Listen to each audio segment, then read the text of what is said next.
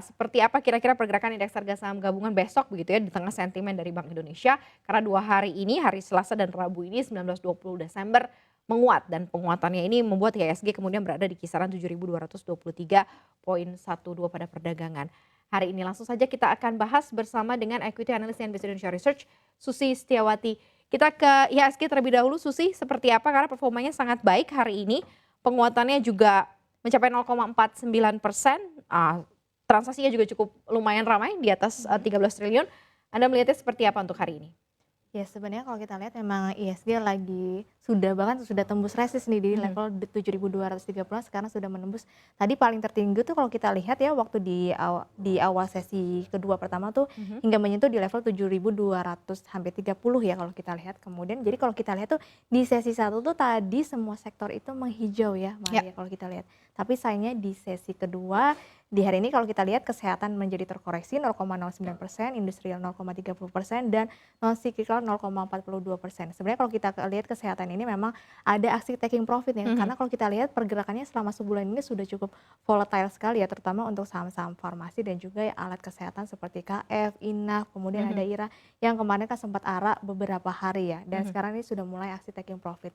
Kemudian kalau kita lihat secara industrial di sini memang tidak ada yang signifikan ya, memang rata-rata diisi sama manufaktur dan juga otomotif. Kemudian kalau kita lihat untuk non cyclicalnya sendiri di sini rata-rata justru saham consumer nih sayangnya kembali terkoreksi, padahal kalau kita lihat kan menuju pemilu biasanya saham-saham consumer ini Betul. justru biasanya secara track record ini meningkat, tapi mungkin ini akan terjadi nanti setelah rilis kuartal 4. Jadi sepertinya memang investor ini menunggu atau menanti penyelesaian kuartal 4 2023 sehingga baru ada namanya aksi apakah kira-kira aksi beli lagi untuk sektor consumer.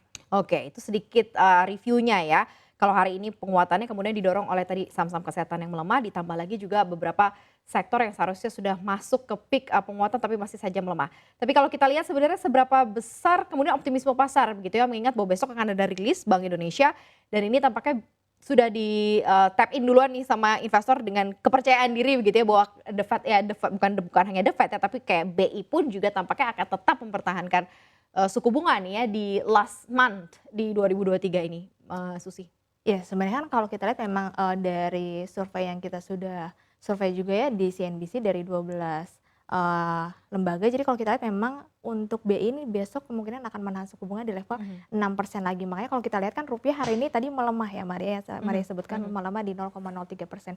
Jadi kan sebenarnya kalau sentimen untuk pergerakan rupiah memang di mana para investor itu justru inginnya Bank Indonesia itu menaikkan suku bunga gitu Ya. karena untuk menstabilisasi rupiah. Tapi kan dari Bank Indonesia sendiri sebenarnya ingin menahan atau tidak ingin menaikkan suku bunga lagi karena memang rupiah sekarang tuh sudah cukup stabil ya berada di level 15.400 hingga level 15.500.